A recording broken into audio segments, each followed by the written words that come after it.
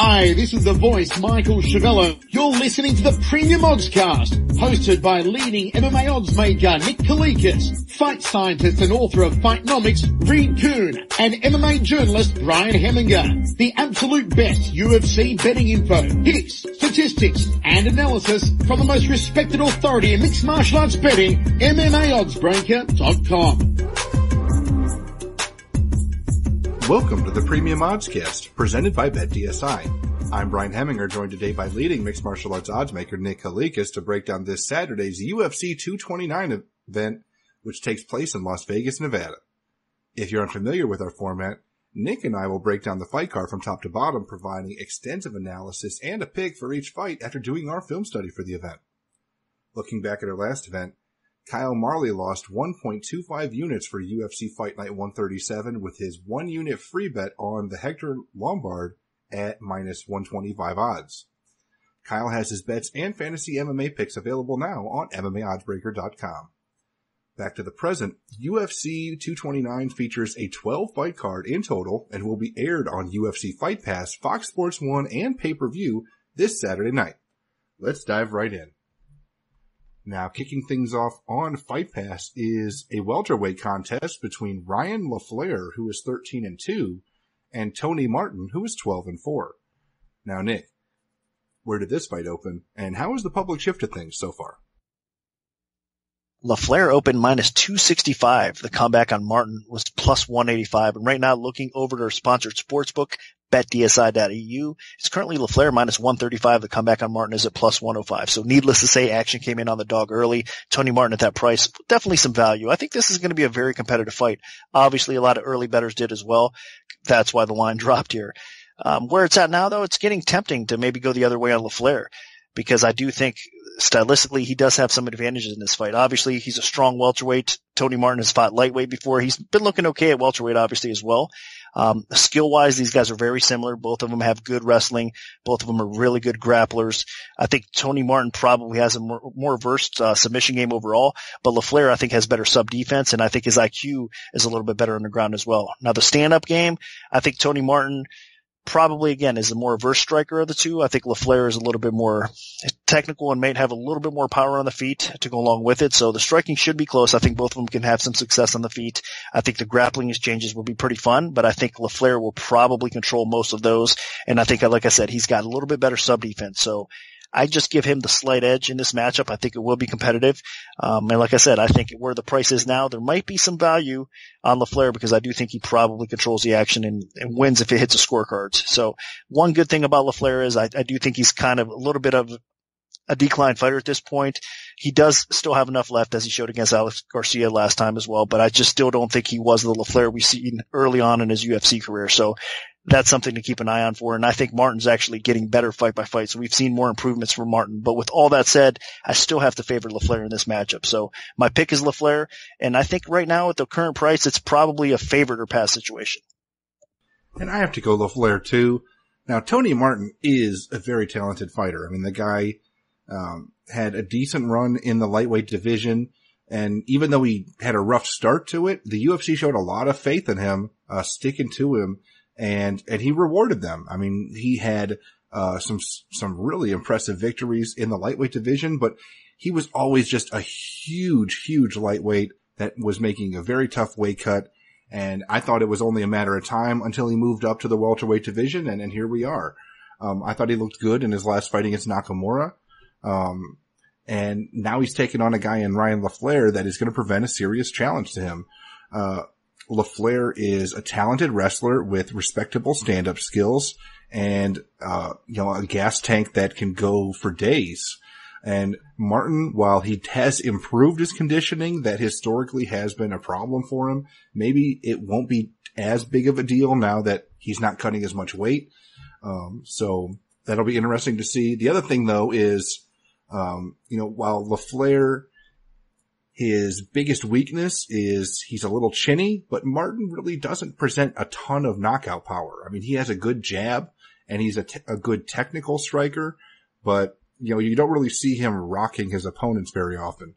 So unless Martin's able to really clip LaFleur, then I think that he could lose the stand-up exchanges.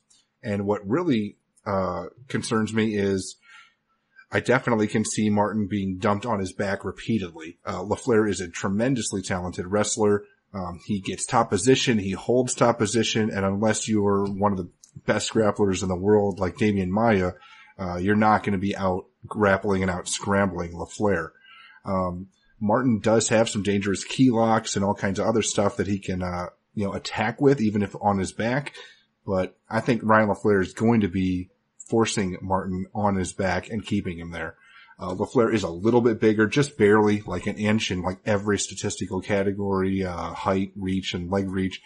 But, at Martin, for me, he is basically a finish or bust in this fight. He either needs to knock LaFleur out or, catch him in a freak submission.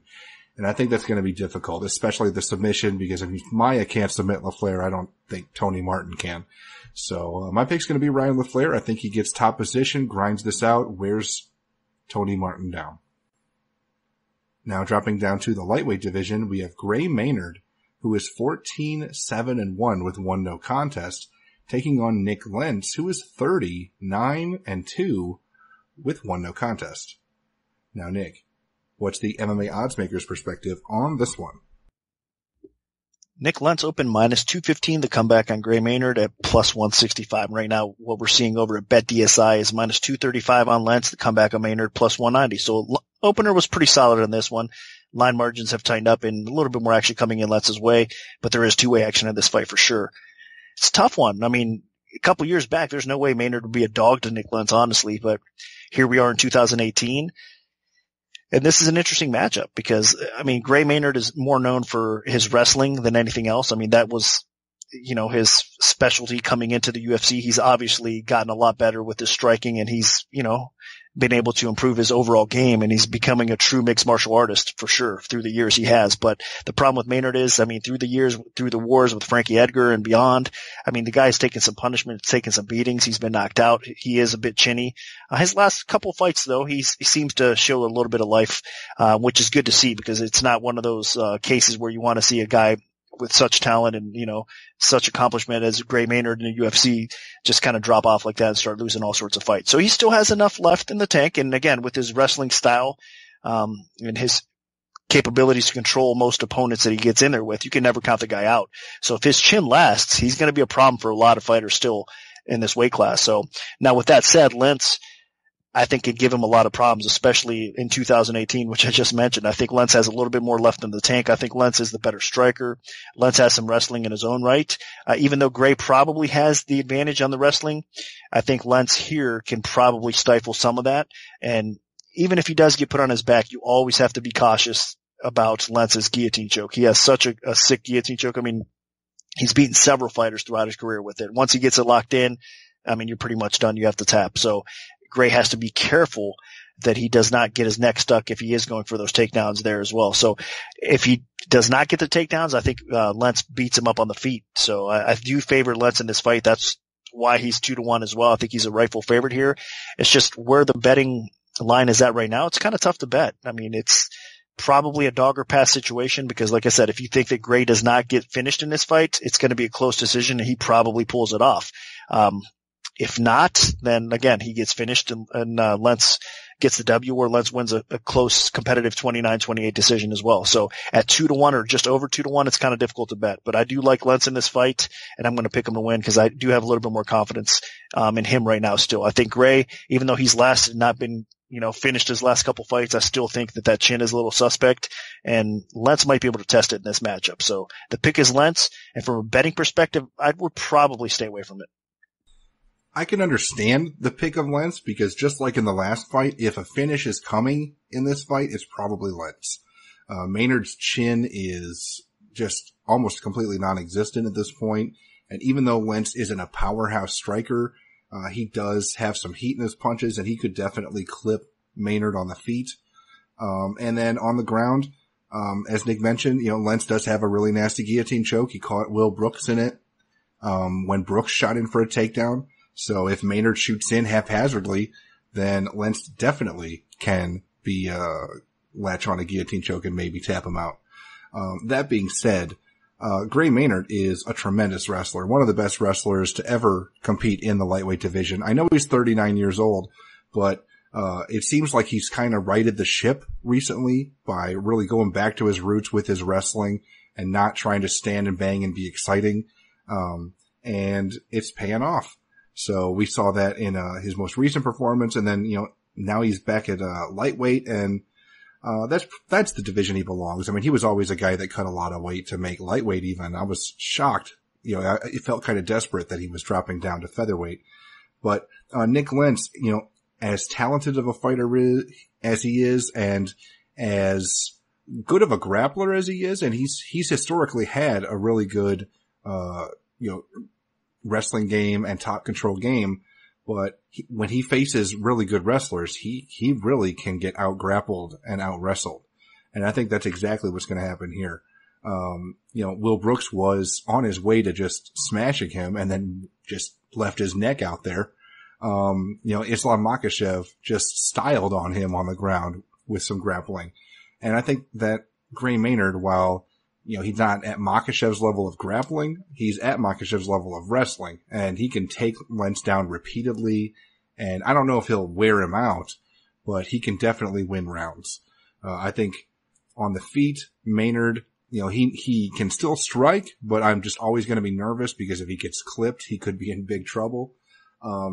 But the second he starts wrestling, I mean, that's just instinct. That's something this guy's been doing his whole life. I think just Nick Lentz will not be able to stop the takedowns. That he is not great with his takedown defense. He's only at 44% for his entire career. And Maynard, he's at 47% accuracy. I mean, the guy is just a tenacious wrestler with 3 takedowns per fight. And I think that he'll get at least that many takedowns, if not more, as long as he doesn't get caught in a submission or clipped. So I'm going to side with Gray Maynard here. I think he can win by decision. Now moving on to the Fight Pass headliner, we have Lena Landsberg in the women's bantamweight division, who is 8-3, taking on Yana Kunitskaya, who is 10-4 with 1 no contest. Now, Nick, where did this fight open, and how has the public shifted things so far?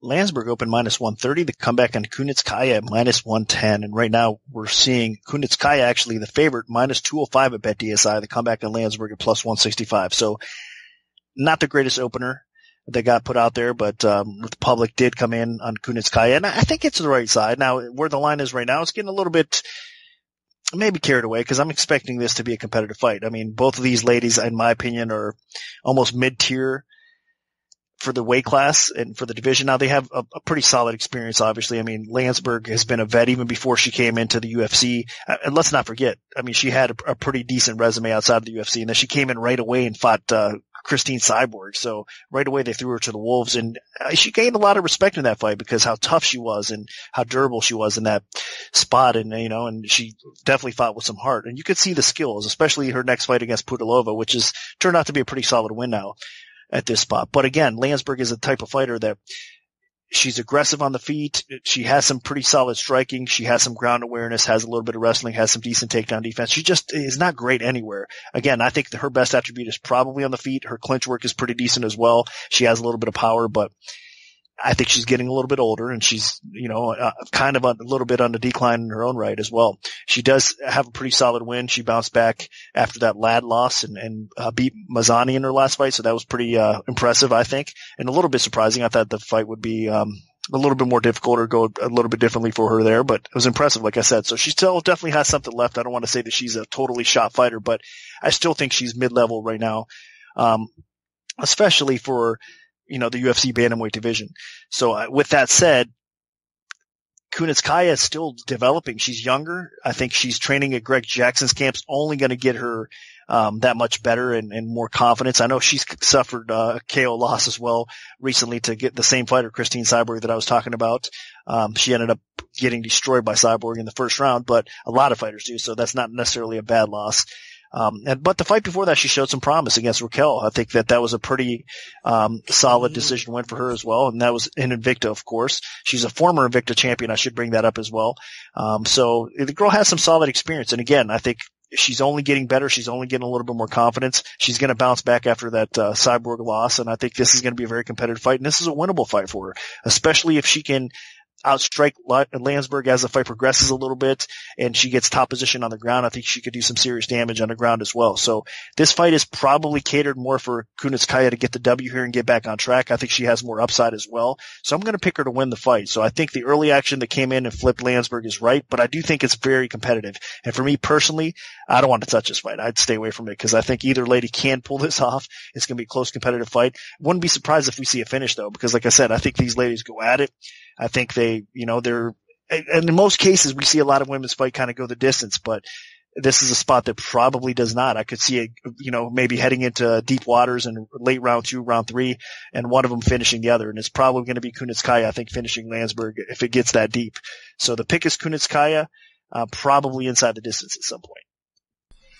And I can completely understand Kunitskaya. I mean, Landsberg, if she gets put on her back, is going to be in a world of hurt. I mean, you saw that in the fight against Aspen Ladd. I mean, Landsberg was winning against a really talented fighter in Ladd, and then the second she got put on her back, Ladd just started destroying her with ground and pound and eventually put her away. So Landsberg is a decent enough striker that I think she can hold her own and probably get the better of Kunitskaya, but she does not have particularly good takedown defense, and the second she gets put on her back, Kunitskaya is going to be threatening with submissions and ground and pound. I think Landsberg has the edge in the clinch. I think Landsberg has the edge in open space. So if she can keep the fight there, then she's going to be in pretty good shape. She has a pretty solid, striking volume. I mean, she lands more than, 2 strikes per minute than Kunitskaya does, but 28% takedowns defended. That's not good. And while Kunitskaya is not, the most effective takedown artist on the planet, I mean, she actually put Chris Cyborg on her back at one point. So, you got to give some credit to her. I mean, she could put Cyborg down. She could probably put Landsberg down. So while I do think Landsberg would win and will win a stand-up fight, this is an MMA fight. So, I think I'm actually going to side with Kunitskaya here. I think, especially with how bad Landsberg looked on her back against Aspen Ladd, I think if Kunitskaya gets her on her back, then Landsberg is going to be in real deep trouble. So I think it's only a matter of time, and Kunitskaya does get top position, and I'm going to side with Kunitskaya. Now, moving on to the Fox Sports 1 prelims. In the lightweight division, we have Scott Holtzman, who is 11-2, taking on Alan Patrick, who is 15-1. Now, Nick, what's the MMA oddsmaker's perspective on this one? Patrick open minus 245. The comeback on Holtzman at plus 175. Right now, you're seeing Patrick at minus 255 over at BetDSI. The comeback on Holtzman plus 205. So line margins have tightened up, and there's a pretty solid opener in this one as well. Man, it's a tough fight because I'm not a big Patrick fan these days at all. I don't know. I know the guy has a pretty solid grappling game, wrestling game. He's known for his striking supposedly. I don't think he's got very good striking. He's got some length and he's got a little bit of power on the feet as well, but and at times you see some flashes of decent striking, but I think his best attribute is definitely getting fights to the floor, grinding out his opponents and trying to work some submissions as well, dropping some ground and pound and controlling a little bit. And I think his last fight over Hadzovic was actually a pretty impressive win because I think Hadzovic's a little bit underrated. And, he had to do what he did. He made the fight kind of ugly, slowed it down, got positional control, got some takedowns and won the decision there. So that was impressive. So I think that Patrick does have some solid wins. His only setback in the UFC thus far has been to Taisimov, which is not necessarily a bad loss, obviously. I mean, Taisimov's a beast. He's one of the better lightweights obviously on roster right now as well. So there's a lot to like, I guess, about Patrick, but I'm still not sold on him. I don't know. And I think Holtzman here, in my opinion, is going to probably give him a heck of a fight. It's going to be a close decision here as well if it hits the scorecards. I think Holtzman's a better striker on the feet. I think Holtzman does have some solid wrestling as well. If he's able to keep this fight upright, like I said, it should get interesting. I think Holtzman could actually pull this off if he can stay off his back. Now, that's not an easy task, even though Holtzman has a good ground game, underrated wrestling or whatnot as well. Still, I think Patrick has the edge there, and he might be able to get top control on the ground there as well. So it's a tough fight for Holtzman. I'm kind of pulling for him and hope I'm wrong here because I'm going to pick Patrick to win this fight. I don't know. Like I said, I just haven't been that impressed with Patrick. And I do like, if I had to pick one fighter to watch out of these two, I think Holtzman's a funner fighter to watch, put it that way. So I enjoy watching him perform and fight a little bit more. So that's kind of why I'm pulling for him in a way. But overall, my head tells me Patrick probably will control, so I'm going to pick him to win. So another spot where I would not lay the juice. I would not lay 2.5 to 1, even though I do think Patrick's going to win this fight. And I'm going to come in the same way. Holtzman, yeah, he's the more exciting fighter, but Alan Patrick is the more effective fighter.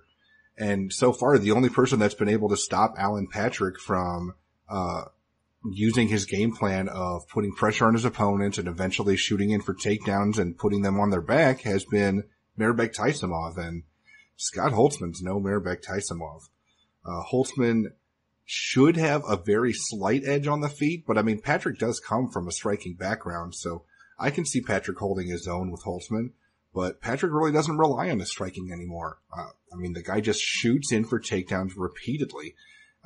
He has almost a 5 takedown per fight average, which is crazy.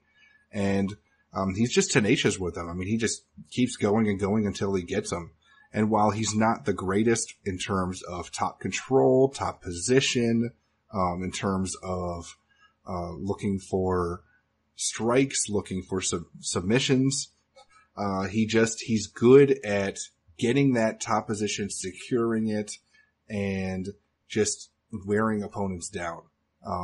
It's definitely, like we said, not the most exciting style, but it's effective. And Patrick has made it work. You can look no further than, the last fight against Hadzovic, which was this past February, just took him down 9 times. Before that, Stevie Ray took him down 5 times. He only landed 7 strikes, but he took him down 5 times. So, and that's really all he needs to do. If he can just put Scott Holtzman on his back, then he's going to be in good shape. Holtzman is probably a little bit better with submissions. He's probably slightly better on the feet only because he's more active. But if Patrick can just keep dumping Holtzman on his back and not get submitted, then he's probably going to win this fight. So I'm going to side with Alan Patrick. I think the takedowns are the key. Now dropping down to the women's bantamweight division, we have Aspen Ladd, who is 6-0, taking on Tanya Evinger, who is 19-6 with 1 no contest. Now, Nick, where did this fight open, and how has the public shifted things so far? Ladd opened minus 265. The comeback on Evinger at plus 185. And right now we're looking over at betdsi.eu. Currently on betdsi, we're seeing Ladd minus 175. The comeback on Evinger at plus 145. So line margins have tightened up. This line dropped all the way down to, I think 130, 140 or something like that. All the action coming on Evinger's way. Of course, Evinger, again, former Invicta champion, just fighting Cyborg. A little bit more popular amongst the diehard fans. A little bit more respect, I think, goes her way, even though Ladd is the up-and-coming fighter. And a lot of the diehards obviously know who she is as well. But I still think the respect factor, seeing that big dog price on Evinger there, opened up a lot of eyes and people gobbled it up. But that being said, action coming back on Ladd, I think is probably the accurate side. Evinger, in a lot of cases, will take her opponents down, grind them out. She has a pretty good submission game offensively, especially from the top. She's capable of doing a lot of good things on the ground. I mean, she's a tough as nails fighter. We all have seen that. She's faced a lot of solid competition through the years as well. But here against Ladd, it's a different type of fight. I think Ladd can match her on the ground. I think Ladd has enough defense where she can be okay and probably scramble back up to her feet or reverse things if she does get stuck on her back. I don't think she gets submitted by Evinger. And I think on the feet, obviously, Ladd has a big advantage. I think Ladd is the more powerful striker. She could do more damage as well. I think if Ladd gets top position on the ground, again, Evinger is not as good off her back as she is from top position. So I think Ladd can do some damage there on the ground as well. And once she gets comfortable and set up on top, I mean, she just goes to school with her ground and pound, and she's a finisher. She has a killer instinct as well. Ladd can, as she's shown before in the past as well. And I think she's only getting better, and she's probably getting more confidence in doing so. So this, stylistically, I think is a really good matchup for Ladd. I think it'll be competitive for a while, but eventually Ladd will start landing some solid shots, opening things up a little bit. And I wouldn't be surprised if Ladd actually finishes Evinger, even though we've seen Evinger last and survive even against Cyborg for a while, longer than we all thought. I still think stylistically here, it's a tough fight for her, and I think Ladd's going to get it done. So the pick is Aspen Ladd to get the W here. I'm going to start this by giving some major props to Tanya Evinger. I mean, she kind of revitalized her career in Invicta. She went on a nice run there. She won the bantamweight title. She defended it like 4 times. And then she was one of the few people that actually accepted a fight against Chris Cyborg. I mean, she just has some serious balls. And then the fact that even though she had no business being in the same cage as Cyborg fighting out of her weight class, Hemminger still lasted into the 3rd round, even though she is just not a very good striker. I mean, she just was just too tough for her own good almost in that fight. I mean, the biggest thing going against Hemminger clearly in this fight is, big age gap. She's practically over a decade older than Aspen Ladd. She's also coming off of, I believe, a knee injury. She has not fought since the Cyborg fight because of those injuries that she's had. And then, so definitely, yeah, I am concerned. And, against somebody like Aspen Ladd, who is one of the more exciting up and coming bantamweights in the women's bantamweight division. Ladd is definitely, on the rise. She's a contender potentially. And I feel it's almost a little unfair. I was hoping Hemminger would get thrown in against like more of a veteran, not, a rising, surging up and comer. But this is potentially the type of fight that can make Aspen Ladd look really good. Hemminger is very dangerous when she's in top position, but that's about it. She's really not dangerous in open space. She's not that dangerous in the clinch unless she's finds a way to drag you to the ground. She's not very dangerous off of her back. So I think Aspen Ladd, if she can get top position, she'll be in good shape. I think that she could potentially outstrike Hemminger. Aspen Ladd isn't a great striker. You saw that in the Lena Landsberg fight, but, Tanya Hemminger isn't a very good striker either. So I think, Ladd should get the better of those exchanges as well. So, I mean, realistically, as long as Aspen Ladd can avoid being dumped on her back, and she does have very good takedown defense historically in her career, I think that she's going to be in good shape. I mean, Hemminger calls herself the triple threat, but I mean, she's really only a threat if she can get takedowns. If she gets takedowns, then she's a triple threat because she can ride out the position to win a decision. She could go for an arm triangle or a rear naked choke for a submission, or she can just pound you out and get potentially a TKO from top position. But that's it. I mean, it all relies on her getting a takedown and her getting top position. And if that doesn't happen, I think she's going to be in big trouble. And I don't think that she does get the takedowns here against Ladd, who is just younger, more athletic, and not coming off of a knee injury. So I'm going to side with Aspen Ladd. I think that she can at least win a decision here against Hemminger. Now moving up to the welterweight division, we have Vicente Luque, who is 13-6-1, and he welcomes Jalen Turner to the octagon, and Turner is 6-3. Now, Nick, what's the MMA oddsmaker's perspective on this one? Luque open minus 320, the comeback on Turner at plus 240. And right now looking over at BetDSI, it is currently Luque at around minus 950, the comeback on Turner around plus 585 or so. So more action coming in Luque's way. Line was set a little bit too low. Tough one though. I mean, when you're dealing with up and coming young talent that's making his official UFC debut in Turner, and you have a savvy vet that's looked really good in Luque. It's kind of tough sometimes though still to set the opener. So I understand why it got bet up and I understand why it was a little low, but where it's at now, I understand that as well because man, I mean, stylistically, this is a great fight for Luque.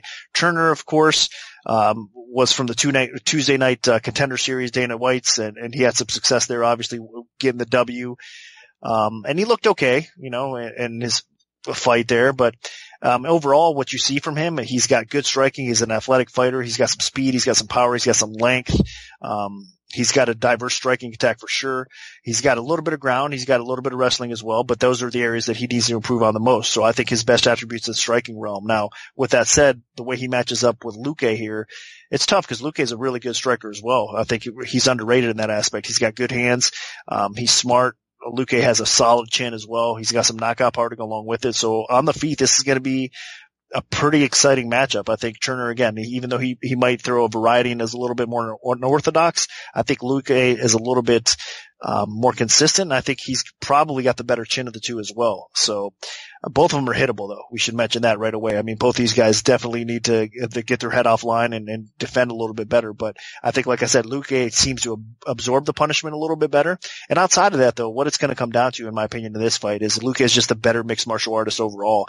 And I think this is just too big of a step up for Turner at this point. I think Turner is getting better. He's improving again. I think he's one of these guys that can win some fights and make some noise in the UFC welterweight division. But at the same time, I think that this fight is just biting off a little bit more he could chew right now. Luque is probably going to get this fight to the floor. On the floor, he's going to have a huge advantage. I think he can drop some ground and pound, get position, pass guard, and probably get a finish here by submission as well. So Turner has been finished on the ground before as well, and I think Luque is just a little bit too slick for him. So it's just too difficult of a matchup for Turner to have success at, basically, is what you're seeing. And that's why you're seeing a sky-high line like this as well. I wouldn't recommend betting this fight. Minus 900, 800, anything can happen. Turner can get the win by knockout. If they exchange on the feet, he's definitely has the talent and the potential to do that. But it is kind of a puncher's chance that he's going to have in this spot here. I think if he doesn't finish Luque on the feet, he's going to probably get finished in his own right. If not, if he somehow survives, then it's going to be a pretty clear decision, I think, for Luque anyway. So again, enough said, I guess, about this fight. Expecting some good things down the road from Turner, but this fight is just awful for him. So the pick is Luque. Yeah, I'm not going to waste too much time on this one. I mean, Vicente Luque, in my opinion, is right on the fringe of a top 15 UFC welterweight. I mean, the guy has quality win after quality win. He's won 6 of his last 7 fights. All 6 of his UFC wins have been by stoppage. He has some impressive wins over the likes of guys like Bilal Muhammad, Nico Price, Chad Laprise. He's a legitimate welterweight contender. And so far, the only people that have been able to stifle him have been really good top control wrestlers that can survive scrambles and avoid submissions. So, and Jalen Turner, I mean, that's just not him. Turner is an exciting fighter. He has some power. He has, he's very aggressive. I mean, he gets in some entertaining scraps, but he's also very hittable. And Luque is just not going to be screwing around in this fight, I don't think. I expect Luque can take him down if he wants and work his submission game. And if they do get into striking exchanges, Turner, while he's very good offensively, defensively, I think he's in for a huge wake-up call. Because Luque has some nasty power. You saw that in the Bilal Muhammad fight. You saw it in the Priest fight most recently. I mean, the dude is just downright nasty. And I expect Vicente Luque to not just win, but probably win by knockout or submission in the first round. So my pick is going to be Luque. Now this brings us to the main event of the preliminary card in the flyweight division. We have Sergio Pettis, who is 17-3, taking on Jussier Formiga, who is 21-5.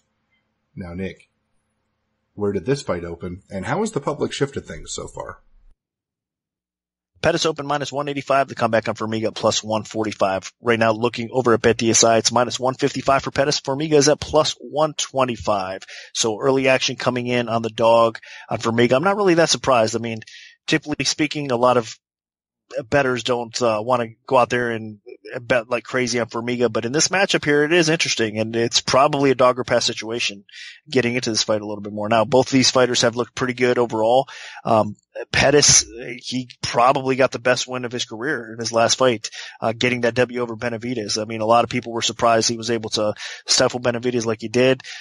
His striking's on par. He's just getting better, man. I mean, if you look at his resume and who he's beat, some of those losses that he has, outside of the Cejudo loss, I mean, he was winning those fights against Caceres and Benoit. We've said it time and time again. I mean, so he could be realistically only have one loss. He has 3 in the UFC and he could only have 1. So that's how talented this guy is, and he's fought decent competition. So he's a bit underrated in my opinion in most cases. But this is an interesting fight because what Pettis likes to do a lot of times, obviously he's a good striker, he's a well-rounded mixed martial artist. He has decent wrestling. He's got good jiu-jitsu though to go along with it as well. But his kryptonite at times is getting taken down and being controlled on the ground as well. And Formiga is the type of fighter that's going to look to do that. Even though Formiga's striking has gotten better, but his world-class jiu-jitsu skill, and I mean, the guy's like a backpack. He's one of those fighters that he gets on the ground, he gets the angle, he takes your back. You can't shake him off. You're not going to get him off your back. If he doesn't submit you, he's going to ride it out and just be a nightmare on your back for, the rest of the round or whatnot. So that's the kind of fighter he is. He makes the fights kind of ugly. He slows them down, which he needs to do in most cases, because he's not going to want to stand here and strike. Even like I said, he got his striking better. He has a bit of underrated power. He's getting more confidence on the feet, but still in this spot here, Pettis will pick him apart and probably end up hurting him on the feet if he stays upright. So he needs to get this fight to the floor. He needs to try to take Pettis' back and then work from there, and he has a shot to win this fight. So even though Pettis is showing better takedown defense, I'm still going to lean a little bit more towards Formiga because of that. I think Formiga can find a way to make this an ugly fight, slow it down a little bit, and ride out some rounds. If not, maybe finish Pettis. Pettis' submission defense overall is pretty solid. But still, I mean, at this level, I think Formiga definitely has the advantage on the ground. So I'm going to slightly lean with him. Again, not a confident pick, but it is a dog or pass situation. And again, at the opening number, plus 145, I understand why it got hit that way. So right now, slightly lean towards Formiga, but this is another disclaimer. Make sure you guys check out our staff picks at MMAOddsBreaker.com on fight day, because fights like this after the weigh-ins at times, could be a flipped pick, because I'm on the fence with this one. I've been going back and forth myself. So I like what I've seen from Pettis lately. I know I've seen the improvements for Formiga as well. So I'm definitely interested in watching how this fight plays out and who takes that next step forward. So the pick for right now is Formiga. And I can understand both sides. I can make an argument for both sides. Sergio Pettis is the more diverse striker. He mixes things up with punches and kicks a little bit better than Formiga.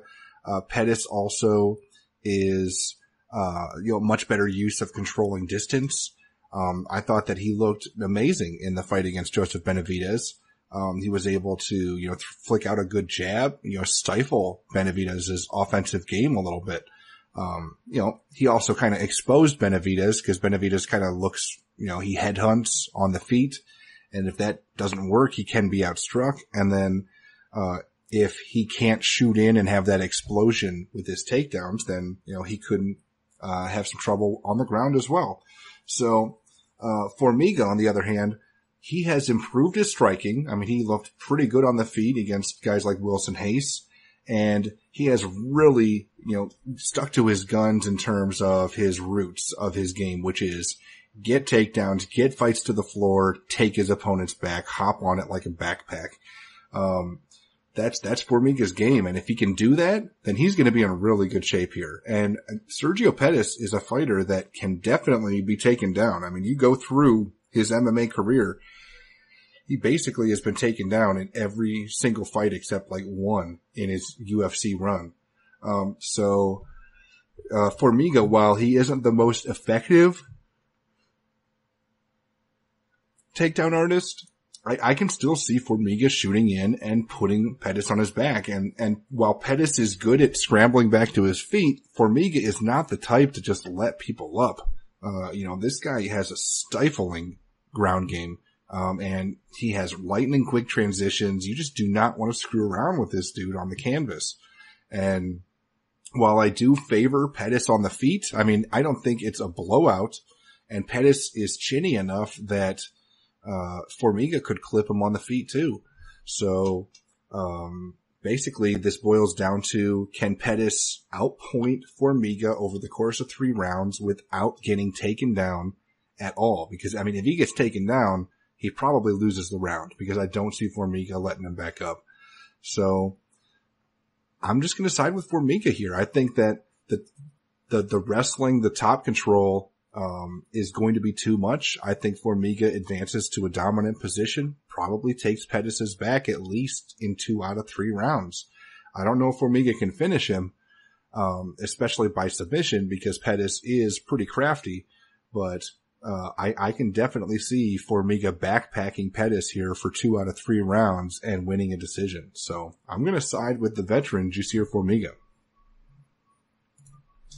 Now this takes us to the UFC 229 pay-per-view main card. We have a women's strawweight contest between Michelle Waterson, who is 15-6, and Felice Herrig, who is 14-7. Now, Nick, what's the MMA oddsmaker's perspective on this one? Waterson open -140, Herrig even money, and right now looking over at BetDSI, it's Herrig that's -125. The comeback on Waterson's around -105. So line did flip. This is definitely another one of these tough fights to call, honestly, because I think both of these ladies have had their moments and have looked decent at times as well in the UFC. I think Herrig has improved a lot. I mean, obviously she's been well respected and, popular amongst the MMA fans for a long time, but I've seen her progress. I've seen her confidence get better. I mean, it's been something. I think she was a little bit overrated at a time, but now with her last several fights, I think she's really found her groove. She's never fought better. And she's really doing some good things. I mean, I know she had a setback to Kovacevic in her last fight in a pretty competitive decision, but she deserved to kind of lose that decision. But before that, man, I mean, her win over Grasso, Kish, Casey, all pretty impressive. And again, I think maybe a few fights before that, she would probably have come through on some of those fights. So ground awareness is getting better. Her wrestling's getting better. Her striking's getting better. I think one underrated part of Herrig's game is actually how strong she can punch and her striking ability. I know the problem I have with her is she's a bit slow at times, and I think Waterson is going to have an advantage in that aspect on the feet. I think that Herrig kind of loads up a little bit too much, and she's a little bit predictable, and you could kind of move out of her way and kind of counterpunch and have some success if you're doing, following that kind of game plan against her too. But when Herrig lands, she's going to do some damage. And we've seen Waterson time and time again, recently especially, she starts to get lumped up. I mean, her face shows it. She shows the wear and tear of a fight. And I think Herrig is going to probably deliver some of those punishing blows that will maybe, lump her up a little bit, split her open a little bit as well. But I think Waterson is still going to get her strikes off, and she's still going to have success on his feet, land hers as well. At another ground, it gets interesting. I think as far as strength goes, obviously you got to give the slight edge to Herrig, but I think Waterson is the more technical grappler of the two, and I think she's a little bit slicker, so Herrig has to be cautious there. But I think we're going to see some fun grappling exchanges in this fight as well. So again, another competitive fight. I think near pick'em is about right. I'm going to pick Herrig to win because I think when it comes down to it, she'll probably have enough strength to control the fight a little bit more so than Waterson, and I think that's going to probably give her enough of an edge to win the fight. So I'm going to pick Herrig, but another close one that could realistically go either way, and I think the line's about right. This should be a pretty competitive contest. I mean, yeah, Michelle Waterson could probably make 105 pounds, but that was a while ago that she was the Invicta 105-pound champion, so she's packed on a little bit of muscle now with the UFC 115-pound division, and it looks like she's in it for the long haul.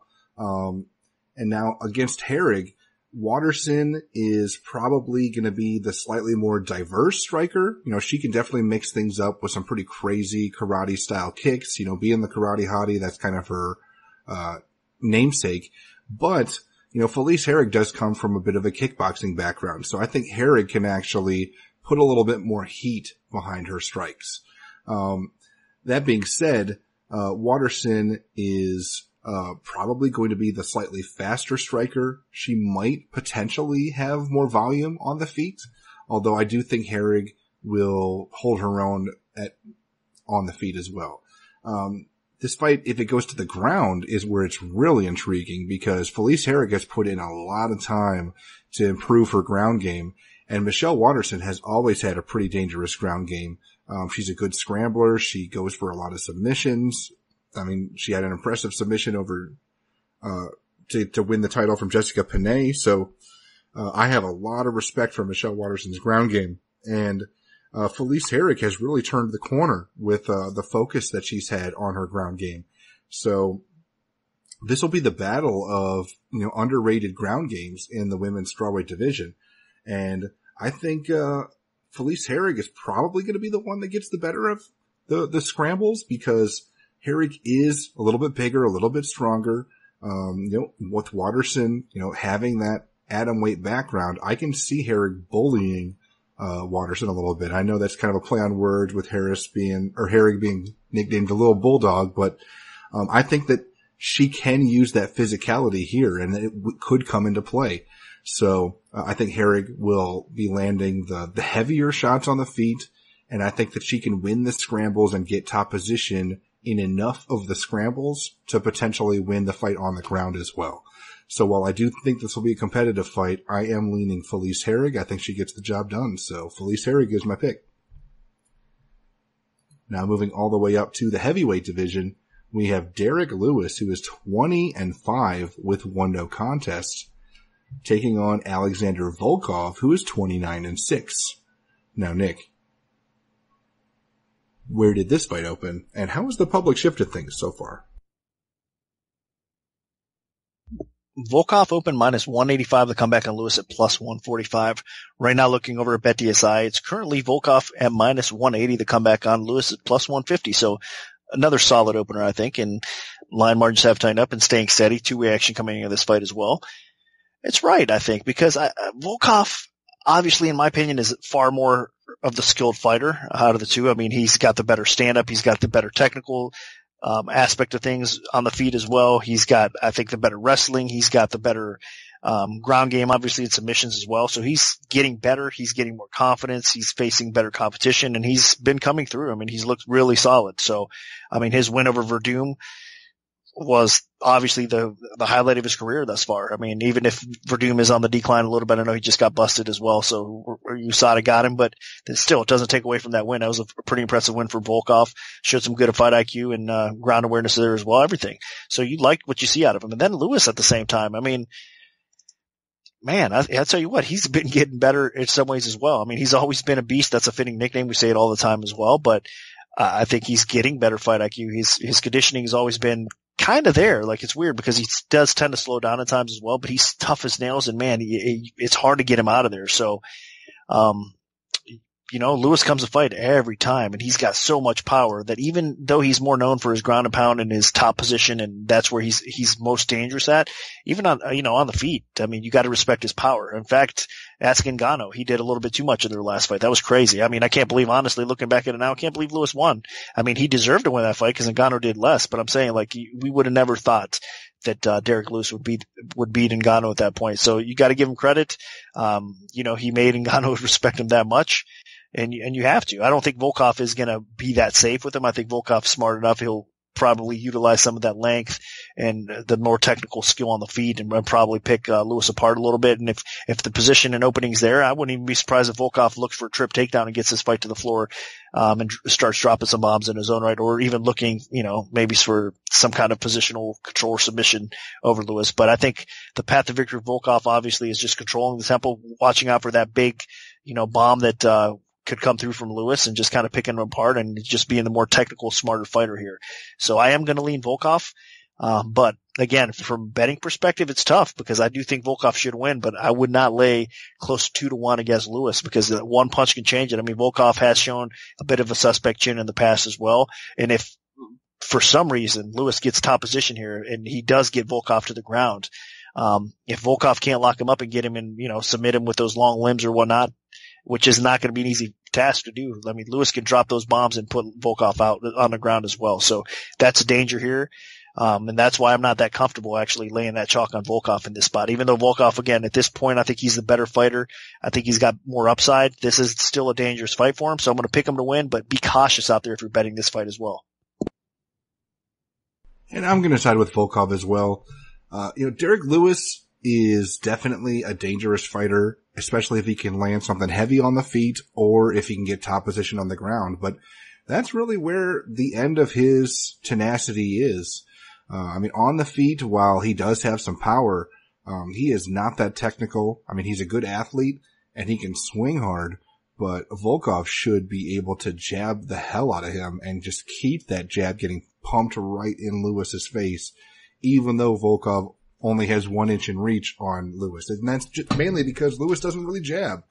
Lewis swings heavy, and when that doesn't work, he looks for takedowns and gets top position and just tries to beat the hell out of his opponent from top position.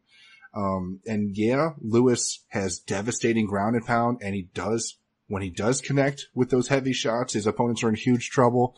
But I think Volkov can avoid both. Volkov has very good takedown defense, and Volkov has very good use of distance that can fluster an opponent. I mean, I thought he looked great in the fight against Verdum. He outworked Stefan Struve, a fighter that is taller and longer than he is. he's just shown up so far in the UFC, and it seems like he's looking better and better every time we've seen him. I mean, he's faced steeper opposition each time, and his performances just keep getting better. So, I'm really impressed with what I've seen out of Volkov. I think, if he can just manage distance well, avoid getting taken down, and avoid that huge kill shot that Lewis will be swinging at him, I think he can pick Lewis apart with body shots, and kind of like what Mark Hunt was able to do against Derek Lewis.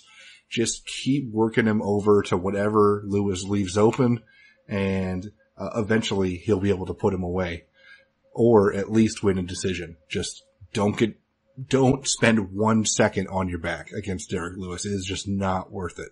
So as long as Volkov avoids being put on his back and avoids just that huge shot, then I think this is Volkov's fight to lose. So I'm going to side with Alexander Volkov.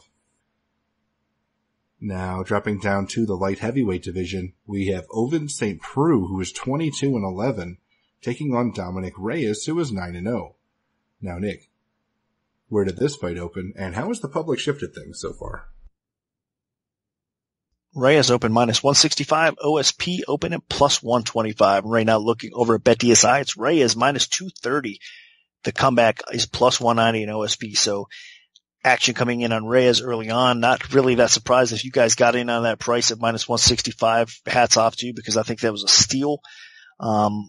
And again, we're sitting right now. It's interesting as well. Now, I got a ton of respect for OSP. I mean, the guy's actually made me some change in quite a few fights. So I know what his skill set brings. I know he's a powerful athlete. I mean, his takedown defense in most cases has gotten better. His striking is always dangerous. He can knock you out with a kick, with his hands, with a knee, with an elbow. I mean, the guy has power.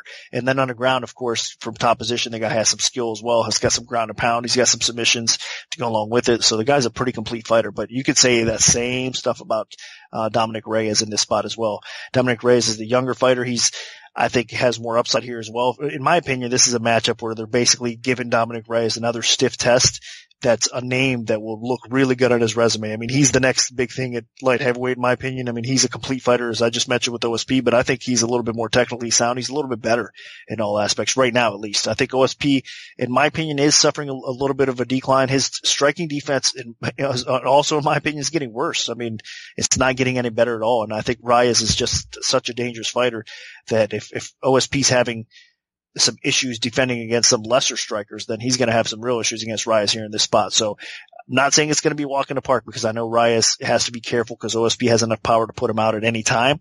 But I still think that Reyes is going to be the better striker here. I think Reyes is going to be able to stifle whatever OSP does on the ground as well. And I think Reyes probably ends up finishing this fight. So he gets that win on his resume that probably the UFC matchmakers want him to get as well. I think, like I said, this was kind of catered for Reyes, in my opinion, to get a solid win over a very solid and respectable opponent. And I think he does get that. So he'll take the next step up the ladder from there.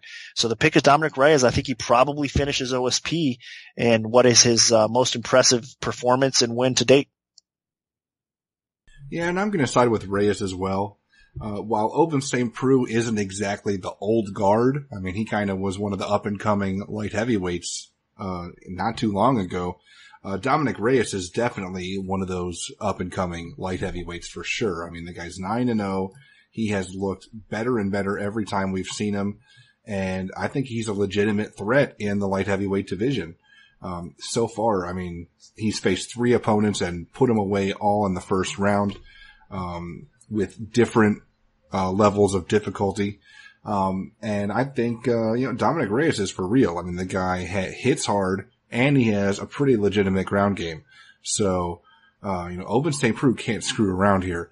Reyes, I believe, is by far the more technical striker compared to St. Preux. I mean, St. Preux does have a nasty left hand, and if he can catch Reyes with it, Reyes could be in trouble.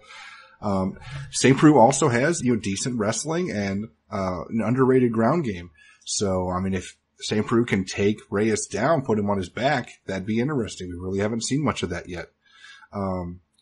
Reyes, while he does have a pretty good ground game, I think that if he wants to win this fight, he needs to keep it on the feet, look for head kicks, and start looking to unload combinations when St. Preux slows down his pace a little bit.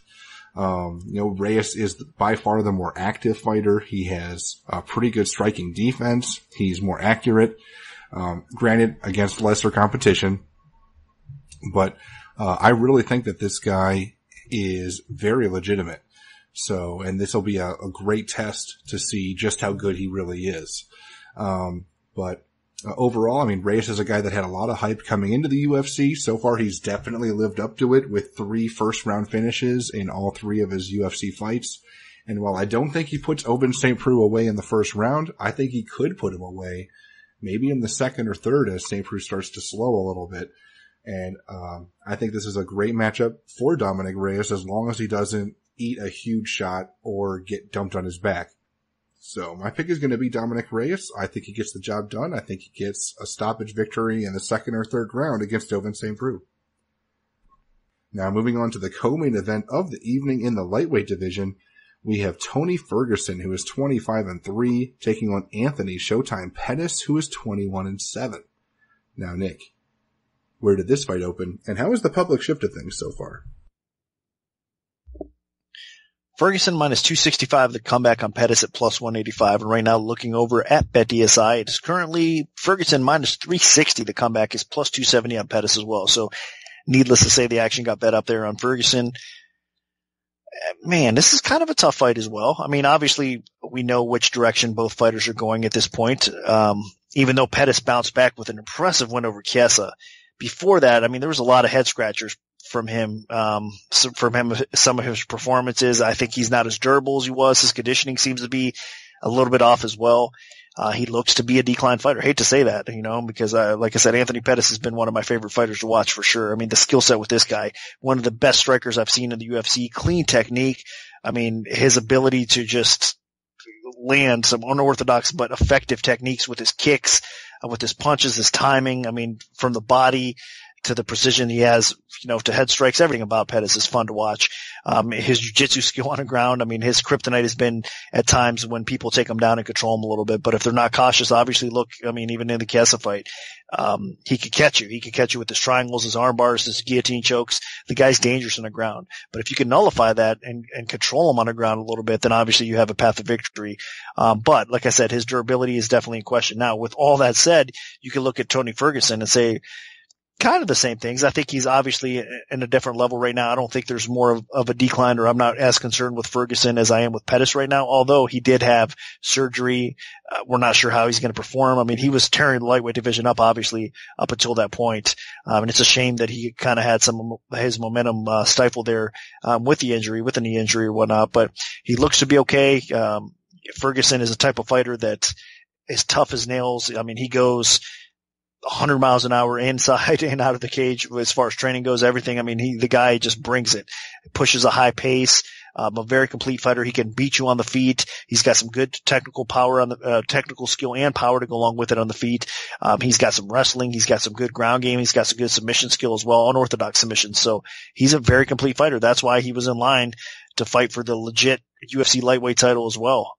So not just interim titles I'm talking about. I mean, I think the guy deserves a shot at the main belt. So he probably obviously gets a winner of this fight here between Khabib and Conor, which we'll talk about next. If he can pull off this win against Pettis. And I think he will probably do that, but there is again some question marks for me though, because I think stylistically in Pettis' prime, I think Pettis can win this fight, honestly. So a decline Pettis though with a fighter like Ferguson that to me is on the rise, at least, with what we've seen before the injury, it's just stylistically a tough matchup. So I am going to pick Ferguson. I think he's got more ways to win this fight. I think he's just a little bit more reliable and durable at this point. And I think he's probably going to get it done. But at 4-1, there's no way I could touch this fight either. Difficult fight to bet. I mean, it's either a dog or pass situation. There might be some value on Pettis in this spot here. But again, I'm not really intrigued about betting either side here. I want to sit back, watch. I hope it's kind of a competitive fight back and forth. I would love to see a 3-round war with these guys, or a 5-round war with these guys. Even longer. I mean, if these guys can go, I mean, these are the two fighters that you like to see because they're so skilled in all aspects of the game. I mean, you could watch this fight. If they're performing at their highest level, you could see this fight forever. I mean, this kind of fight I could definitely get into. So I hope it lives up to what I think it can be. And both of these fighters, just go at it back and forth, and we see a very competitive fight, and possibly a finish along the way. But I think it's going to be Ferguson probably getting that done if there is a finish here in this spot, unfortunately for Pettis. So the pick is Tony Ferguson to win, but I mean, if you're betting this, it's definitely a dog or pass situation. Tony Ferguson's the real deal, man. He has been on just an absolute tear in the lightweight division, and it brought him all the way to an interim UFC lightweight title. Unfortunately, that got stripped the second that he randomly blew out his knee just walking, which is, pretty scary, to be honest. I mean, Ferguson has had a history of some knee issues. He's had his knee buckle in previous fights, and now that he's coming off a knee surgery and everything, that is by far the biggest thing that I'm going to be looking at in this fight. Anthony Pettis, as dangerous as he used to be, he's not quite the same type of fighter. And Tony Ferguson, as long as he can come back and be even close to the fighter he was when the injury took place, I think he's going to be in really good shape here against Pettis. I mean, Ferguson fights with that just crazy forward pressure that just wears on people. I mean, he wore down Dos Anjos, despite the fact that Dos Anjos had gone 5 rounds with Pettis and had looked amazing and kept a really high pace for all 5 rounds. And Ferguson wore him down and won a decision against him. Ferguson, in this massive win streak, he's finishing people by knockout. He's finishing people by submission. He's winning decisions. He's just a jack of all trades. And he wins a lot of performance bonuses as well. He's a very exciting fighter. So, Anthony Pettis, he turned the corner a little bit with that, submission victory over Chiesa in the last fight. But I think, I still don't think that he's the same fighter that he was when he was, the UFC champion. He still does not handle pressure well. He doesn't fight well off of his back foot. And I believe Tony Ferguson will be forcing him to do that for 3 straight rounds. Now, I can't guarantee Ferguson gets a stoppage victory like Dustin Poirier did against Pettis, but I do think Ferguson gets the job done here and at least wins a decision victory. So Tony Ferguson is my pick. Now, this brings us to the main event of the evening. We have Khabib Nurmagomedov, who is 26-0, taking on the notorious Conor McGregor, who is 21-3. Now, Nick, what's the MMA oddsmaker's perspective on this one? Khabib opened minus 185 the comeback on McGregor at plus 155. But right now, what you're seeing over at betdsi.eu is currently Khabib at minus 170 the comeback on Conor McGregor at plus 140. So line margins have tightened up a little bit. There has been two-way action in this fight somewhat, but the majority of the books are getting hammered on Conor McGregor. So I know the line seems like that might not be the case since it opened at, again, minus 180-ish, and now it's only 170, but a lot of books out there reporting some heavy action. I know Westgate in Vegas, for example, has like 74% of the action, or tickets, I should say, on Conor McGregor. I know Bet Online, a offshore sports book, reported that if Conor McGregor pulls this off, it's going to be probably the biggest loss they've ever had in MMA history or UFC history as well. So books like that are definitely buried on Conor McGregor. BetDSI also heavy on Conor McGregor action as well. So a lot of spots out there trending in the same direction. Bookmaker.eu, BetChris, all those books heavy on Conor McGregor. So the line is where it's at. And books out there are sticking their necks out there a little bit, siding with Khabib here as well. They're going to need Khabib to come through here. So that's a little side note on where the action is going. I'm sure it's not going to be a shocker to most of you guys out there as well. But what we're seeing is more public action coming in on Conor McGregor, and some of the sharper action is actually keeping the line with Khabib up towards minus 160, minus 170 or so. Now, that doesn't mean it's going to stay there. I wouldn't be surprised if we see a little bit of a drop with more Conor McGregor action coming in as well. But then again, the sharp action will probably come back in and hit it. Now, I think there'll be some sharp action on both sides of this as well. It's not going to be one-sided sharp action. I think there's going to be a lot of people that possibly hopped in early, depending on the prices, because this fight did get at one point up over 200 in some spots as well. So there's probably some decent prices to be had on Conor McGregor along the way. And then again, I'm sure there's going to be some sharp opinions favoring Conor McGregor here as well in this matchup. But overall, I think it's a Khabib bet or pass in this spot. I mean, we all know what the stylistic matchup is here. Conor McGregor is a fantastic elite level striker, probably the best striker I've ever seen in MMA. I mean, the guy's precision, his power, his IQ, he is just fantastic to watch on the feet. I mean, definitely deserving of all the hype and all the skill that he has, but he's just not quite the complete fighter that we all kind of want him to be in some ways. I mean, he has some holes in his game, and one of them being his wrestling. He's gotten better. He's worked on it diligently, I'm sure. But still, I mean, according to a lot of the wrestlers out there or whatnot, I mean, it's going to be a different level with Khabib, taking Conor McGregor down and being able to stifle a guy like that is going to be a way different level than Conor McGregor's even used to. So that's where it comes down to. Can Conor stuff the takedowns? Can he land that strike before he ends up on his back? If so, he might win this fight. I mean, there's no question he has a shot here, and the line's competitive for a reason, and people are coming in betting Conor McGregor because they think he does have the knockout potential and he's got the takedown defense to keep this fight upright and make some noise and knock Khabib out. That said, though, I mean, time and time again, I thought Khabib was going to have some problems with certain wrestlers, even Iaquinta in that spot. Iaquinta doesn't necessarily have horrible takedown defense. He was able to ragdoll Iaquinta in that fight. Michael Johnson, another fighter that has pretty solid takedown defense in most cases. A powerful striker, of course. He even had some success against Khabib early on in that fight, as we all know. But Khabib was able to still get him down and destroy him on the ground as well. I mean, Khabib is vicious. I know a lot of people are saying, he's a decision machine. Even Conor McGregor, I believe, he's been saying that kind of stuff.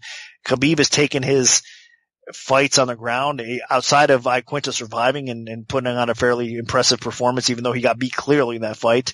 Khabib has been destroying people on the ground, like I said. So he's got that killer instinct. And in this fight, make no mistake about it, if he's able to get Conor on the ground, which I think he will be able to, he's going to have his way with Conor McGregor. He's going to get positional control. He's going to drop some bombs. He's going to probably do what he wants to him on the ground. I mean, he's just going to be that dominant. Now, the same thing could be said Conor McGregor again standing. I mean, there's no way Khabib can catch up in the striking department and get even close to Conor McGregor. So these guys have a big edge. If Conor can keep this upright, he's going to do well and probably win the fight. If Khabib gets this to the ground, he's going to obviously do really well and probably win this fight. So I'm going to side with the wrestler here. I think Khabib can get it done. I think he's tough enough to withstand maybe a few punches from Conor on the feet as well and absorb it, get in close, get the fight to the ground. And then, like I said, just kind of go to work from there. I also think that Conor McGregor does tend to fade. Obviously, we've all seen that time and time again as well as the fights progress. And if this fight doesn't end in the first round, if it keeps going, it's going to be hard if Conor McGregor's getting up off his back against a guy like Khabib to continuously do that without getting totally worn out. I mean, this is going to be a grueling fight for McGregor if he can't get Khabib out of there early. So, yeah, I know that Khabib could possibly slow down as the fight goes as well. But if it's a 5-round fight and it goes the distance, I will definitely favor Khabib even more as the fight progresses than Conor McGregor. McGregor will slow down to the point where I think Khabib's going to find his spot and finish him. It could be even early. I mean, if Khabib gets positional control, it's not only McGregor that can win in the first round. I think if Khabib gets him down and just starts dominating right away and gets positional control or gets a spot where he can twerk an arm or, gets a neck or something like that, he can end this fight as well. So I'm curious to see where this exactly ends, but I think it's going to be Khabib probably doing what he does best, utilizing his ground game, his wrestling, his just tremendous style, and it's going to be overwhelming for McGregor. So the pick is Khabib. I think there is some value. I've said it on other shows as well. Under 2-1, I think you got to make a play on Khabib. Now, again, you can't go crazy. You got to respect McGregor somewhat, of course, because he does have the power to end this fight with one strike. So you got to respect that, but I still think the value is on Khabib to win the fight. So my pick and bet would be on Khabib. And while Conor McGregor has consistently been one of the most entertaining and profitable fighters the UFC's ever seen, I just think this is a really bad matchup for him. McGregor is all about power and timing and speed and just connecting with that huge left hand of his. And Khabib is just all about shooting in for takedowns and dumping his opponent on their back and then just beating the hell out of them and taking away their will to fight. There's a lot of bad blood in this fight with the whole bus incident and everything. And it's finally happening. But really the only thing that I'm worried about is maybe McGregor has timed like the perfect strike to catch an opponent as they're coming in for a takedown. Or what if Khabib screws around and wants to stand with McGregor for a little bit too long. You saw that in the first round of the Michael Johnson fight. He got tagged in that first round. He ate some shots. And then against Iaquinta, he was screwing around a little bit, showing off his striking, wanting to work on his striking, and his corner's just imploring him, take him down, to quit working on your striking. So, Khabib really isn't that much of a striker. He basically wings punches in an effort to close distance and then get a hold of his opponent so he can drag them to the canvas and then get top position and go to work. So if McGregor can avoid that, then he's going to have a really terrific chance of winning this fight. But if he can't, which no one has been able to really before other than Gleison Tibau of all people, then, this is Khabib's fight to lose. Khabib has been fighting in MMA significantly more consistently than McGregor, who, hasn't fought all year. And then last year pretty much only fought the Mayweather fight. So it's been about 2 years since he's competed in MMA. And this is a hell of a fight to return to. So, wrestling has kind of been McGregor's kryptonite over the course of his career. He just hasn't really faced a lot of really good wrestlers. Chad Mendes did take him down repeatedly, but, that was a short notice opportunity for Mendes. And he gassed out late in the second round. McGregor capitalized and then ended up blasting him and knocking him out and winning the featherweight title. So I think Khabib is not going to slow down. He does not gas out. He is tenacious. He's relentless. And unless McGregor can catch him coming in, I think that Nurmagomedov is in really good shape to defend the lightweight title that he won against Iaquinta. So my pick for this fight is going to be Khabib Nurmagomedov. Sorry, McGregor fans. So that'll do it for our full event breakdown for UFC 229. Now, if we have a free play to give out, make sure to follow at MMAOB Premium on Twitter because that's where we'll post them first. We can also notify you of our free bets via email alert if you prefer that method. Just send an email to picks@MMAOddsBreaker.com and we'll add you to our free bet mailing list. Special thanks to BetDSI. Good luck, everyone, and hopefully the betting gods are on your side this weekend.